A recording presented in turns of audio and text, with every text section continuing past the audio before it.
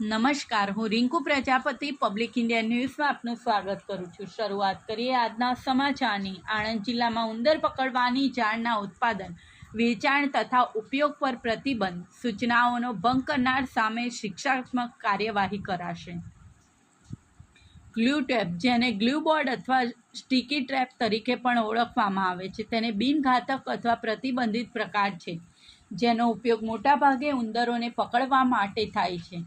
જ્યારે ઉંદર ગ્લુટેપવાળી સપાટી પર ચાલે છે અથવા ઉતરે છે તો તેઓ ગુંદરની ઝાડમાં પકડાયા પછી પોતાની રીતે મુક્ત કરવામાં અસમર્થ હોય છે, જેના પરિણામે ડિહાઇડ્રેશન, ભૂખમરો, ગૂંગળામણના કારણે આખરે પીડાદાયક મૃત્યુ પામે છે।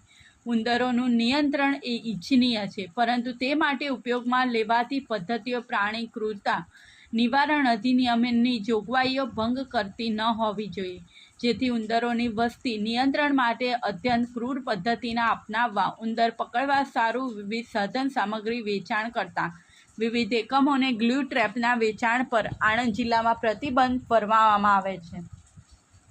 સંયુક્ત પશુપાલન નિયામક, ગુજરાત પ્રાણી કલ્યાણ બોર્ડ, ગુજરાત રાજ્ય ગાંધીનગરના નોટિફિકેશન સંદર્ભે ઉંદર પકડવાની જાળ ગ્લુ ટેપના ઉત્પાદન, વેચાણ તથા ઉપયોગ પર પ્રતિબંધ છે, જે બાબતે પ્રાણી ક્રૂરતા અધિનિયમ 1960ની કલમ 11 મુજબ કોઈપણ પ્રાણીની બિનજરૂરી પીડા વેદના ન આપવા અંગે જોગવાઈ કરવામાં આવી છે, જે અન્વયે અત્રેના આણંદ જિલ્લામાં